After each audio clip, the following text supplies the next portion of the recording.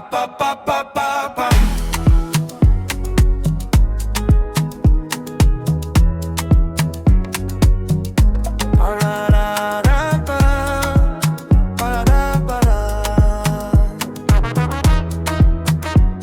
Oh, everybody gather round.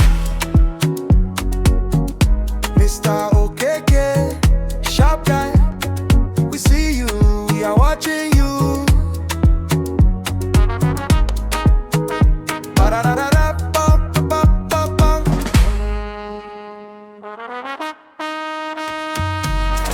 Mr. Okeke, sharp guy, everywhere you go.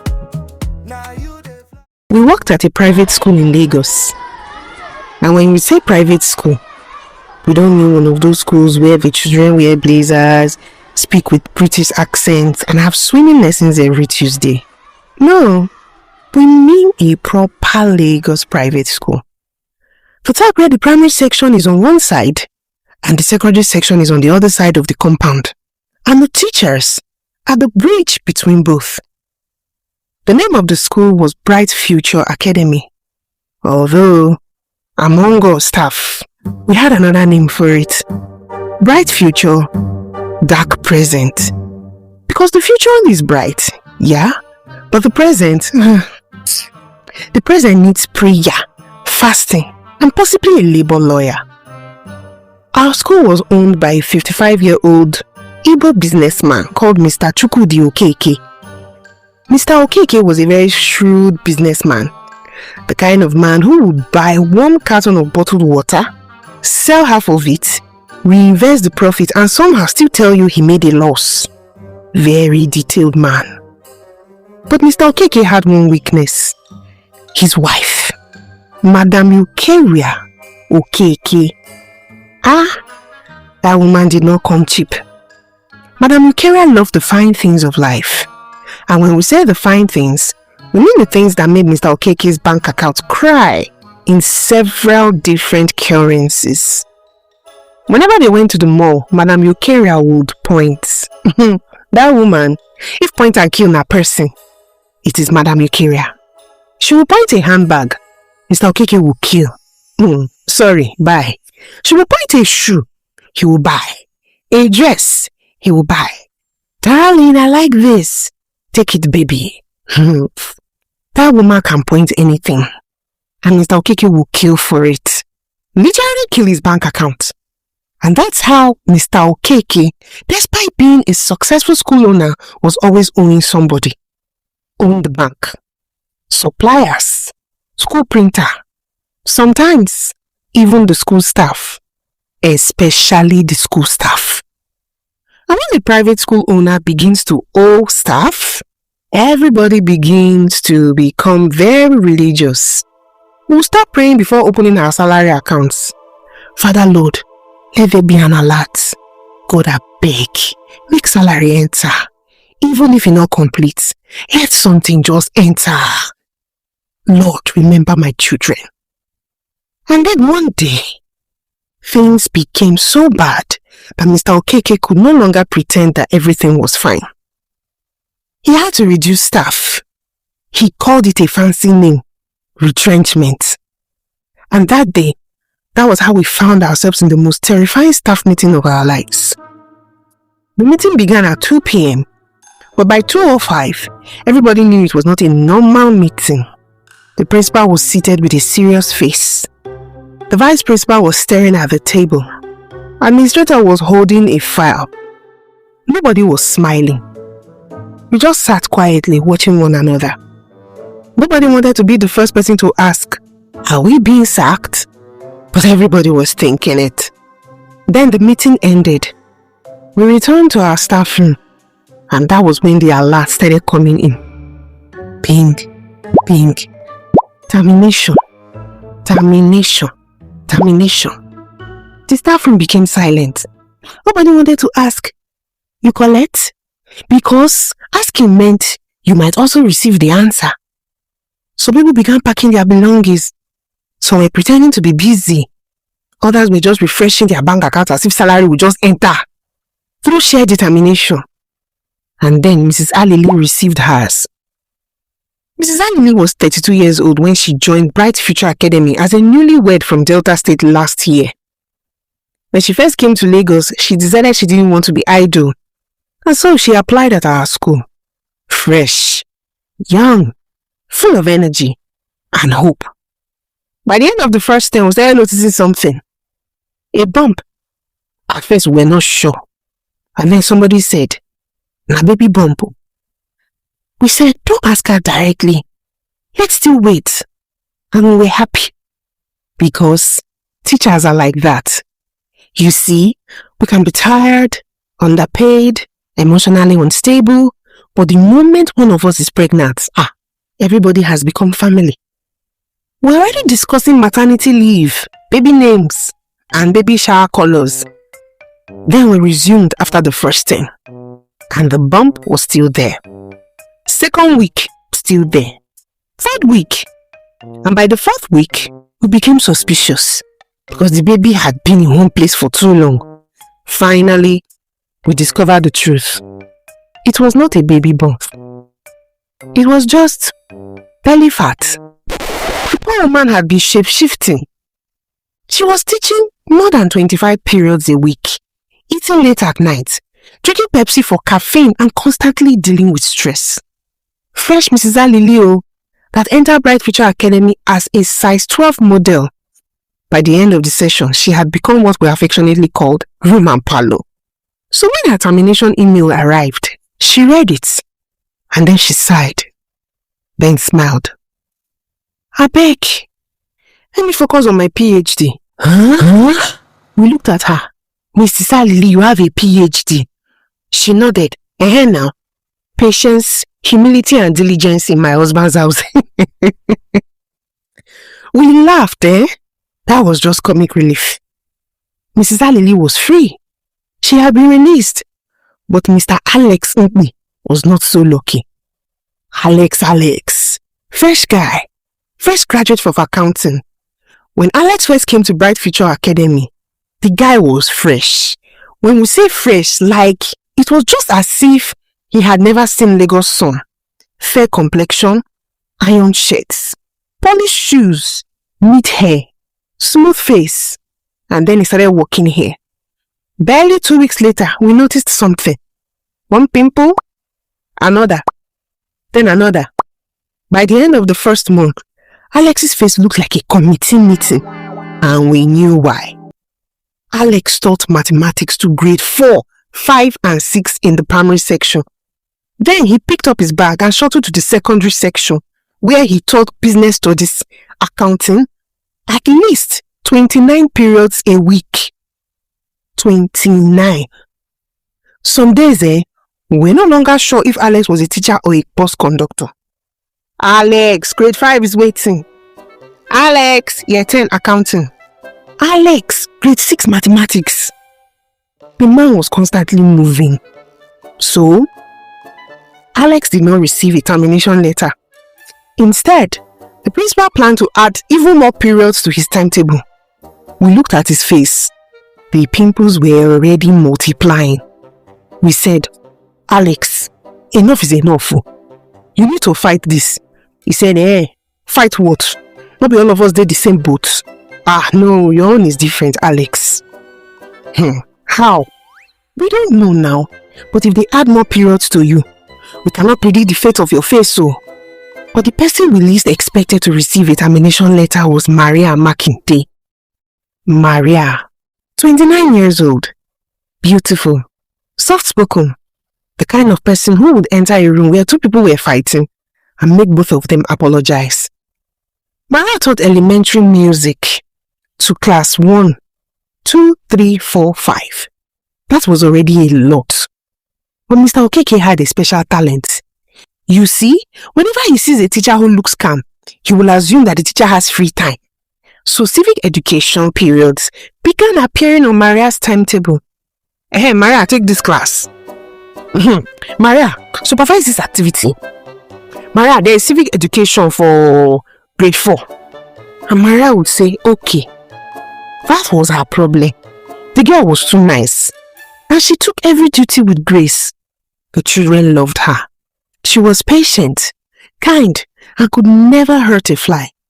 So we gave her many names. Maria Montessori, Maria Von Trapp, and even because her surname had K-I-N-D in it, Makinde.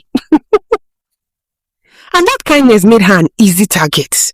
You see, people don't like soft people. Honestly, we did not see her termination coming. The email arrived. Her phone beeped. She opened it, read it again. Then she looked up. I have been terminated. Nobody spoke. She stared at the email.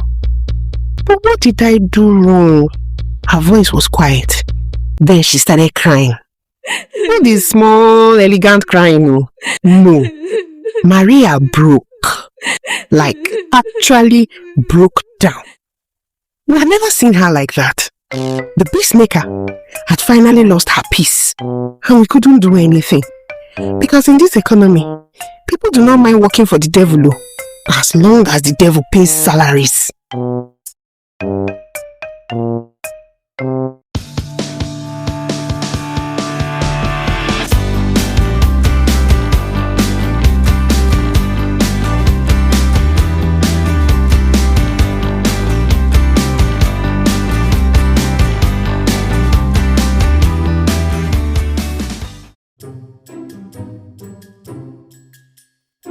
The next day, Maria's mother came to the school. And when we say came, we mean she arrived with the energy of somebody who had personally come to fight. The woman was in her 50s, buxom and strong. She looked like a retired wrestler who had never actually retired. She marched straight into the principal's office. We heard her voice from outside. "How can you terminate my daughter like this?" Silence. Then louder. "You mean after all the work she has done here?" We all looked at one another, surprised. Because parents came to school to fight for their children all the time. But the mother of a staff member coming to fight the principal, that was new. The principal was enraged. You see, it would have even been better if Mrs. Makinde had dealt with Madam Okeke herself, woman to woman. They would have exchanged words and let out steam. But Mr. Okeke's silence was even more lethal. And then in addition to Maria's termination letter, this man prepared another one, a dismissal letter. This one came with several adjectives: irresponsible, unprofessional, disloyal, and many other words that hardly described Maria. That day, Maria cried buckets. We later went to visit her. Like Nicodemus, we went at 9 sharp. Mrs. Alili came, Alex came, and 3 other staff members too. And Alex's elder brother came along. His name was Alfred Umpi. Actually, he had offered to drive. He was 34, a lawyer. We did not know him very well. Alex said Alfred only offered to drive them to Maria's house. But when Alfred saw Maria's letters, he asked for them. He read them, took pictures, and scanned them into his phone. "Don't worry," he said. We looked at him. Because when a lawyer in Lagos tells you don't worry, you don't know whether you are to relax or prepare for court. Then we bade Maria good night. By Monday morning, we got a shock. Bright Future Academy had employed a new music teacher. His name was Alfred Nkwi, Alex's elder brother. The supposed lawyer, Maria's new replacement. As how now? From where? Shebi the school said they don't have money. How are they employing this man? Wait too. Is he not supposed to have a job already? Then Alfred entered the staff room, smiling. We looked at him. He looked at us. We looked at Maria's seat. Then back at him. Alfred leaned closer. Just for the record, he whispered, "You don't know me. We never met." We stared at him. He smiled. Now, Alfred was not exactly a good music teacher. In fact, if music were a human being, music would have filed a restraining order against Alfred. He could not even play any instrument. His sense of rhythm was somewhere in another state. But Alfred was smart, and Maria was in his ears. She gave him lesson plans, explained the children, and helped him to survive. We didn't even understand why she was helping him do her own job. But Alfred had other talents. You see, he was the first person to arrive at school every day and the last person to leave. He carried Mr. Okeke's bag, helped run errands, drove Mr. Okeke around. He was always available. If Mr. Okeke said, Alfred appeared. Sometimes, we suspected that Alfred even slept inside Mr. Okeke's office. Madam Eucharia also took a liking to Alfred. He was polite, useful, and before long, Alfred became Mr. Okeke's right-hand man. And something changed. Alfred started talking differently. At staff meetings, he began speaking with authority. That privilege will no longer continue. We have reviewed our policy. We will be restructuring this. We will be restructuring that. We looked at him. See person, someone that did not know where the music room was. Now he is restructuring the whole school and restructuring our entire lives. He became Mr. Okeke's accountant, advisor, decision maker. It was as if Mr. Okeke had photocopied himself or laid another egg. This time around, the egg was called Mr. Alfred without the Okeke, and we were suffering. We wanted to snitch really bad. But how? Alfred could do no wrong in Mr. Okeke's eyes.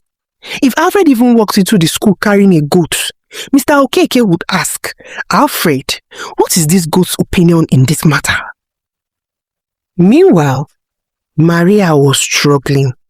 She could not find another job.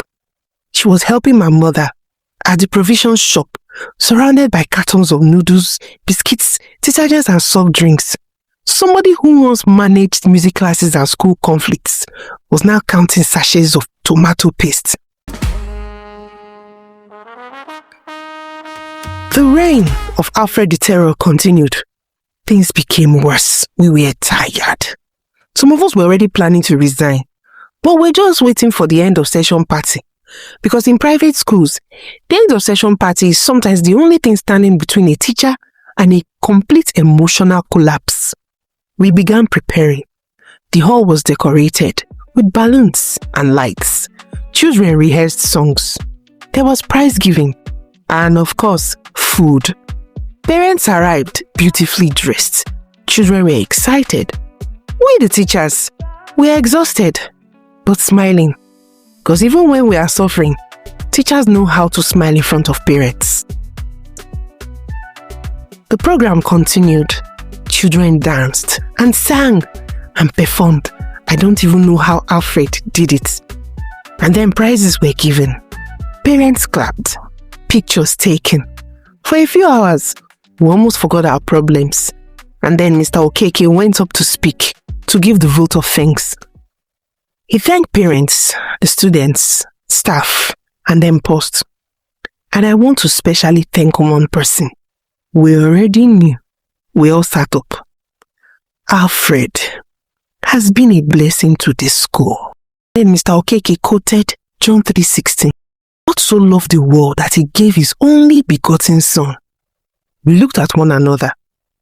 And I believe God also loves me so much that he sent to me Alfred Nkwi. We nearly choked. Somebody whispered behind us, Abeg, Alfred na Jesus. Another person said, Please, abeg, keep quiet. Mr. Okeke continued praising Alfred, giving him so many accolades. And Alfred sat there, smiling like the personal assistant to Jehovah himself. Then it became time for Alfred's speech. Alfred took the microphone. He thanked the parents, the students, practically repeated the same thing Mr. Okeke did. God, when we go close, come on here. And then he praised Mr. Okeke, my mentor, my leader, my inspiration. He nearly called the man bridge over my troubled waters. If Daria were a person, it would have been Alfred Nkwi at that moment. Then suddenly, the lights began to dim. One by one, the hall became darker. Parents began to murmur. Confusion. The children looked round. And then the projector behind Alfred came on. A picture appeared. Mr. Okeke, standing beside a pile of school equipment. Another picture. Mr. Okeke receiving a fat envelope. Then came the receipts, one after the other. The hall went silent. Alfred smiled. People say the real you only comes to light in the dark. The next images showed transactions, school funds, money transfers, more receipts, names, dates, figures. We stared at the screen, and then a video began to play. It showed Mr. Okeke at a beer parlor, very drunk. The kind of drunk where alcohol has removed all your security settings. Mr. Okeke began to talk.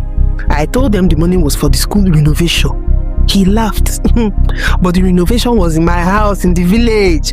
The crowd gasped. Another part of the video played. I paid this supplier less and kept the balance. Another gasp. Then another. Mrs. Okeke finally stood up. What is this? The older students were already recording. Parents held up their phones. Teachers frozen. The hall suddenly became a courtroom. And then Mr. Okeke collapsed. His wife screamed, Chokudi! She rushed to him. Somebody call an ambulance! But when we reached him, he just laid there. Still. Very still. His wife was crying. People were shouting. Then after a few seconds, one of the children shouted, Is he dead? Another child said, They play. The hall went silent. Then Mr. Okeke opened one eye. We saw it. He looked around, then quickly closed it again. We all stared. His wife continued crying, Chukudi, wake up! He did not move. Then, police officers entered the hall. Yes, police. Alfred had apparently invited them. And Mr. Okeke had unknowingly welcomed his only begotten son, who had also welcomed policemen to the end of session party. The officer walked towards Mr. Okeke. Mr. Chukudi Okeke. No response. Sir, we need you to come with us. Mr. Okeke suddenly opened his eyes. Me? Yes, you, sir. Mr. Okeke sat up. But I just fainted. The officer said. We saw. Mr. Okeke looked around. Can I faint again? No, sir. Madam Okeke started crying. My ATM. Officer, take me instead. Madam, please. Mr. Okeke looked at Alfred, long and hard. Alfred was still standing beside the microphone, still smiling. Mr. Okeke stared at him. You betrayed me. Alfred replied, Just for the record, sir, we never met. You don't know me. The police took him away. And just like that, in less than 6 months, Alfred Nkwi had taken down the man who had terrorized us for years. The same man who had humiliated staff. Same man who had called gentle Maria irresponsible. The same man who had unknowingly employed his own downfall. Later, Alfred confessed everything to us. The sucking up, the bag carrying, the constant availability, the endless praise. All of it had been an act. He had been busy gathering evidence, collecting information, recording, saving documents, building a case. Then we asked, but what about the music teaching? He laughed. Omo, that was Maria. Maria also received the good news. Her dismissal letter had gone viral. People were talking about her. Several big schools had seen the story, and Alfred had recommended her to their owners. Within weeks, Maria received interview invitations and job offers, very good ones. She called Alfred. Why are you doing all this for me? Alfred laughed. We were nearby, so we heard him. I don't know. Maria was quiet. Then he added, maybe I like you. Maria said nothing. She just smiled.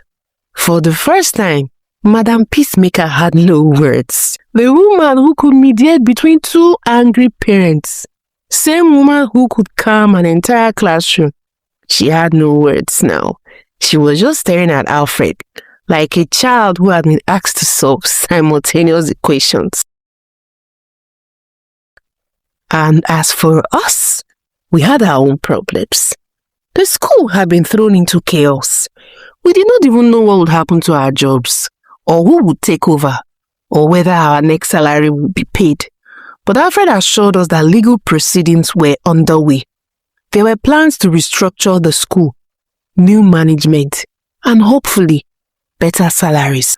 We looked at one another. Nobody wanted to get too excited. We had been hurt before, but for the first time in a long time, we felt hopeful. Maybe, just maybe, Bright Future Academy could have a bright present. And Maria, well, she got a new job. Things got better. Alex's pimples eventually reduced. Mrs. Alili continued her PhD. And as for us, we continued teaching. Because that is what teachers do. We survive, we laugh, we complain, and then we cry. Mark scripts at the middle of the night and binge on coffee. We enter the school looking fresh. Sometimes we live like we have just returned from a war, but we survive. Sometimes the school owner thinks he's the smartest. Sometimes the most quiet person in the room is the one watching everything. Sometimes the person carrying your bag is carrying something else too. And if you find yourself working in a private school in Lagos, remember these 3 things. 1. Never underestimate the quiet teacher. 2. Never praise your right-hand man too much. And 3. If your employee starts carrying your bag everywhere, abeg, check the bag because you never know. It's running out today. Headmaster, principal, controller, head teacher, accountant, proprietor. You be one man band.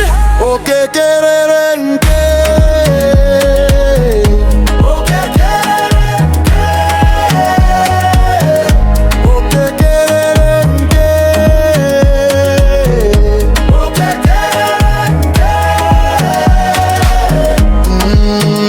Mr. Okeke, sharp guy. We are watching you. Okay? Your time, they run out.